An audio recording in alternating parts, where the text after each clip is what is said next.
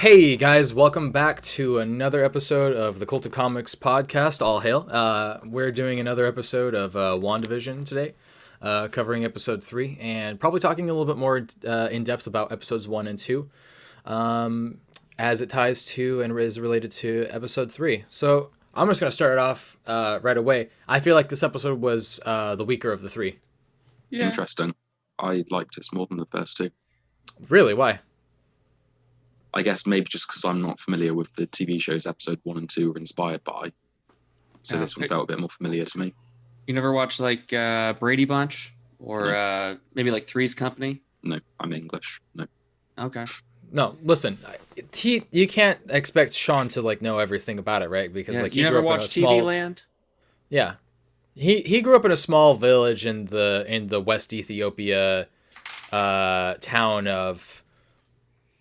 No, I'm not going to try to make up a name that would be offensive. I guess it kind of makes sense that you wouldn't have access to some of these shows, but it's still kind of tying into that mild parody of 1950s to 1970s sitcom. Honestly, just sitcoms in general. I feel like the point that's trying to be made here is that there's a desire for like a control. You know, you get to have the confines of a nice 20 to 30 minute long show where everything gets resolved at the end. Roseanne brought that up in her show, where the benefit of having a show is that in sitcoms, you know, in 20 to 30 minutes, all of your problems just end. Yep. They just stop. Everybody gets resolved. But in real life, that's not how things work. And that's why Roseanne's show was so fucking good. Is because there was always issues happening, and it was real issues. There's alcoholism, teenage pregnancy, runaway weddings. I mean, it was just a good fucking show. I feel like this is Wanda. I mean, I guess we can just go into spoilers, right? Is that okay? Yeah. Yeah. Okay. I feel like Wanda is building a bubble of her own reality, kind of like what I had predicted before, but I feel like I had originally thought that it was that she really didn't know what she was doing, like she had no control over what was happening, like it was just a psyche, like a subconscious kind of decision. She's kind of mementoed herself. She's not I would agree with tattooing that. herself, but she's basically created this shell to protect herself. Yeah. Did you notice that the backdrop was dramatically fake? Yes. For like Yes. that was way more obvious this time than any other. Yeah, they're doing the whole episode basically on a set. Yeah. You know, all of it takes place at the house. They don't go to like any other locations. Well, they go to the doctor's house real quick, but that, another set. I'm really happy that they stuck to the. Again, this is spoilers, so if you're, I don't know why you're watching this. If you're not ready for the spoilers, get the fuck off the fucking podcast. Go watch the show. I don't know. Go live your life. I don't control you. I'm not a cop, but I'm really happy that with the pregnancy of Wanda, that they stuck to them being twins, because that actually did happen in the comics. She did like manifest twins in the House of M and Tommy and Billy. Yeah, well, I don't know if that's what their names were, but I do recall that that's relationship. in the comics. Oh, okay. Did you look it up? Yeah. All right. Well, that's two of the Awesome. names they suggest, I think, in this. At least Billy. Yeah, it was I like Tommy that and Billy little- they suggested. Yeah. Because in the comics, it's the same names, and they're the superheroes Speed and Wiccan. Yeah. Would that count as a Easter egg? Because he's saying he wants Billy after William Shakespeare, and he played Chaucer in A Knight's Tale. That might be a bit of a reach, but I actually really enjoyed that role he played in Knight's Tale. You know what? Okay, so I'm gonna do a quick thing here, because neither of you have read House of M, and neither of you have read Avengers Disassembled. So I want to just ask right off the bat, like your thoughts as you were watching this, and then relating it back to the first two, because I already rewatched 1 and 2. I caught a lot more stuff. Yeah. I'm wondering what's your guys' initial thoughts on everything going on? Because I don't want to go into it and then just like reveal everything. Ooh. Man.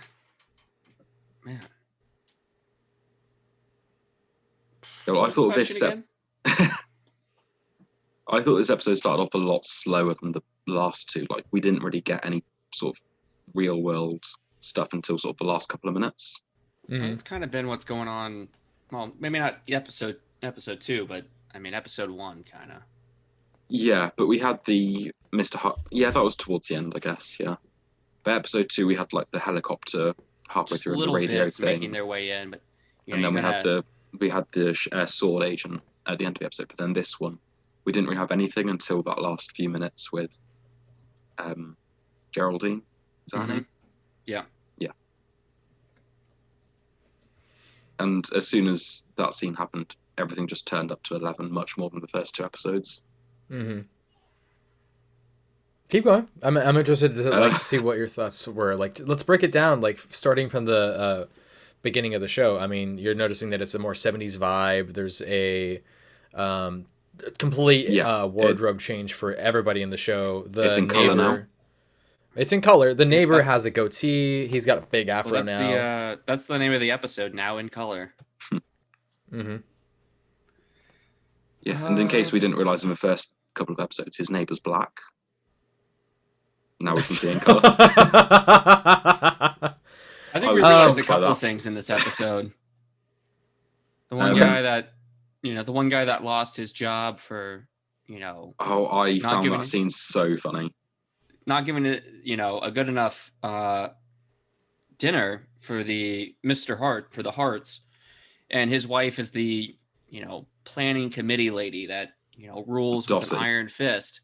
You think she would have, been able to, together they would have come up with a dinner that the Harts would have enjoyed. I don't know. But he did say in the first episode about how they did like a 5-course meal, and someone pointed out on Reddit that like she is exactly the kind of person who would have gone for a 5-course meal. Yeah. I mean, it makes sense there, but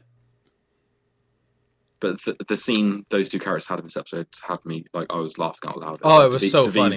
Davies earrings make me look fat, honey. And then the power went off, and he was like, "Oh, thank God! Oh, thank God!" Thank God. That I watched that twice, and I still laughed. So funny. Do we want to talk about the glitch? Yeah, I was confused when that happened because I did the same thing. Yeah. I actually stopped it, and I was like, "Let's go back." I feel like I went back like little 10-second rewind thing. I thought that Disney Plus like skipped on me. I thought that it lagged out. That was a good fake out on their part. Yeah. The part where Vision is like, "You're right, honey. Something's wrong," and then glitch, and then it goes back like 10 seconds. Oh, Josh, you didn't watch the episode, did you? I don't know if I picked up on that. No, that was a really big moment. It's been a week. No, it's not been a week. That was Friday. Let me think. What is this? Yeah, Vision started your dad. It's okay. Saying how something's wrong with what. Like, yeah, and then they just kind of skip over that. Yeah. No. What happened was they talk about it, and then they're kind of like, you know what? There's like all of these weird things that keep happening, and for some reason, Wanda acknowledges that there's an issue that's going on, and that things seem weird. Then starts the conversation. Vision engages and says, "You're right. It's the neighbors, it's the house, it's us. Something's wrong, Wanda." And I had originally thought he said something's wrong with you, Wanda. That's what I had originally thought. That was another reason why I went back. Yeah. And then it lagged back and it acted. It's a fake out. It was a move to make you think that like Disney Plus or the streaming service in general. Yeah, there was no transition. It just sort of cut back 10 seconds. Just did a quick rewind without doing a rewind transition like it did in episode 2. Yeah. And then it jumped it back into that conversation where he's like, "You're right, but you have to remember, we're navigating new grounds. Of course something's wrong. This is new for us." To find that in the episode. I don't know where the hell it was a big thing. And this is the weird thing to me is because she started the conversation. No, it was like a little over halfway, yeah. She started the conversation and he engaged, and then she still manipulated things to go back. So that's another question how much of this is she doing consciously and how much of this is she doing subconsciously? Yeah, it's about 9 minutes in. Oh yeah, so right now. It's like a 20-minute long show, right? Yeah. Yeah, so it's really short. Okay, so where is it at? Oh, okay. I'm not gonna lie, I really didn't like the scene where her friend, is it Geraldine? Yeah. Yeah. I didn't like no, the white one. Oh, Dottie. No, Catherine Hahn's character. Yeah, Agnes. what's her Agnes is the white woman? Yeah. Okay. Agnes, the scene where she was talking to the neighbor and they were both kind of like wanting to talk to Vision, and then they did the camera scene. I didn't like that. I didn't like that at all. I felt like that took me out of it. I wanted to stay within the confines of like the reality of the show. I was enjoying that. Another criticism that I really have with this is I really wish that they shot this on film. I'm a little frustrated that they didn't do this entire show on film, at least for the sequences where they're in the dome. Air How quotes can you dome. tell? Yeah. How can I tell what? That it's not on film. Oh, because you can just tell. Here's the thing about when things are digital versus film. Digital has a more crisp edge to it. There's less grain in the textures. There's less reels kind of clipping together, little glitches here and there. If you look at old footage of any old 50s show or even movie, I mean, the dust that gets on the film. I think, yeah. Well, there's that. I feel like they added kind of like an after effect that made everything kind of just a little out of focus at spots. Yeah, kind of. Not as crisp. So I'm studying, I'm taking a video class right now, and that's something that we're talking about is like what you can do with different types of cameras. And that's something that we bring up is like, you can try to put a filter on. This really didn't have that much of a filter on this. I would have at least appreciated if they had like a small filter. Even with the first 2 episodes, like they put enough of a filter on it that I could tell it was digital, but I still was not lost from the moment about it being a part of the show. Like I recognized it, but it didn't take me out of it. Okay. That's a little bit of a small criticism. I understand that there's a thing called when cameras are only produce one type of film once ever, you can never get it again unless it's very specifically ordered through that company. They're called film orphans. They're very, very difficult, but there's a bunch of different camera styles out there that still make film to this day. So it wouldn't have been that hard to do. Plus, Disney's loaded. It would not have been that difficult to do. I felt like it would have just been a little bit of a tinge to add to this, and I kind of wish that they had done that. Yeah. Also, the camera angles. I feel like the camera angles were a little modern, and I really didn't want it to maintain modernization. I wanted it to feel like a 70s sitcom. Yeah. Yeah, it'd be great if they could, continue to synthesize that kind of style for each decade or so that they're exploring. Mm-hmm. Yeah, it did get rid of that, like the 3-camera, whatever it's called, the traditional sitcom format. Yeah. Like, don't get me wrong. Like, things stay pretty stable. They don't move the camera around too much. Yeah, I mean, it's kind of like we had that discussion about how the Dinner with the Hearts, you changed. Tell when it really changed immediately, and I loved that. That was such good filmmaking that I actually want people to go back and like study that sequence because that was so well done. It caught me off guard. I mean, I didn't know what was going to happen next. I wanted to go back and watch it again, and I love that I had that feeling during that time, and I wish that there was a little bit more of that with this. I also feel like this episode kind of changed my mind on the beekeeper. What did it change? I don't think it's AIM. I don't think it's AIM at all. Yeah, the guy. I think we went back and the guy had a sword logo on the back. Yeah. I noticed that the second time I watched it around, but it's not just that. Because I was thinking, okay, well maybe it's like an AIM insurrectionist or secret agent or something, a sleeper agent that just kind of snuck in to the dome, and he was like wearing one of their gears or something. But that just kind of feels a little bit too much of a reach. This feels like it's just SWORD is watching them right now. Here's my question: is Geraldine an agent of SWORD, or is she just a victim of the scenario? Well, she was wearing the sword necklace. She is definitely somebody that is infiltrated. Yeah. So the reason I ask is because when she was confronted about it, she didn't know what to say. She hasn't. Wanda potentially lost her memory during the sort of entry.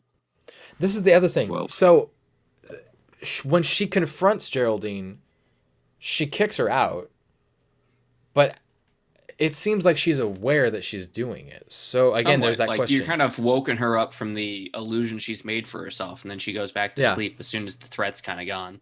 Yeah. Yeah, and with the neighbor, he was cutting through the wall this episode. Yeah, and is that people are kind of losing their focus. Yeah, but is that symbolic of Geraldine coming in and like breaking the wall into the world? I don't think so. I think that all of the neighbors are sword and they're trying to break through. Yeah. I think that's what it's a metaphor for. Dottie, I don't know about, but the rest of them, I definitely feel like they're all sword agents in some regard.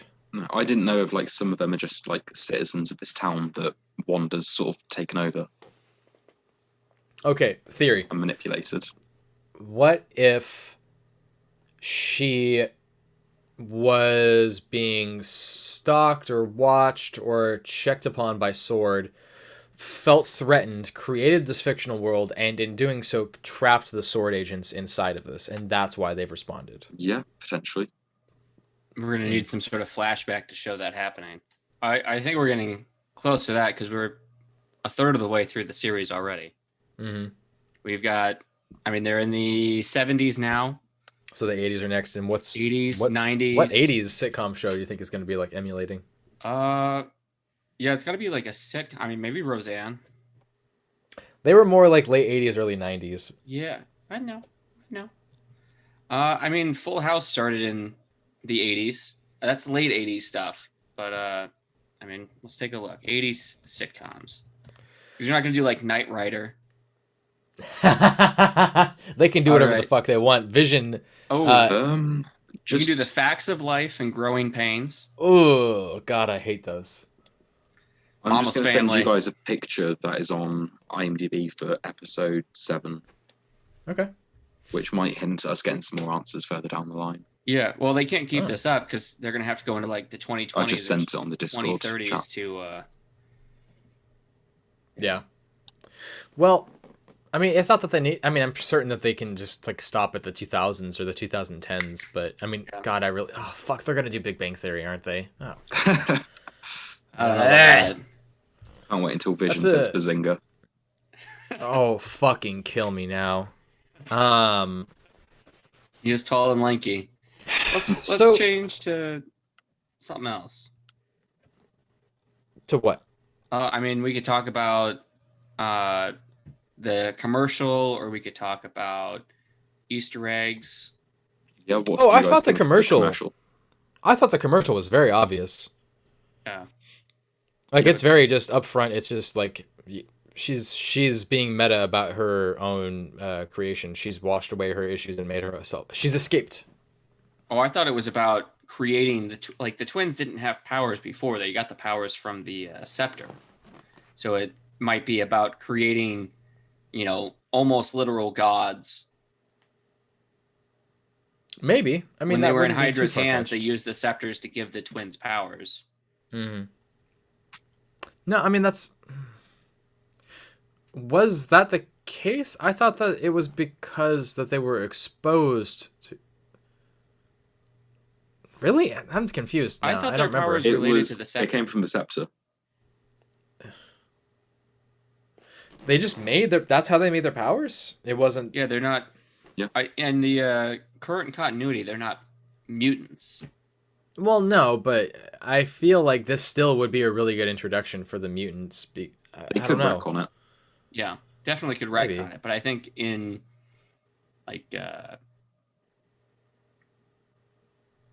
what movie are they teased before they get to Age of Ultron?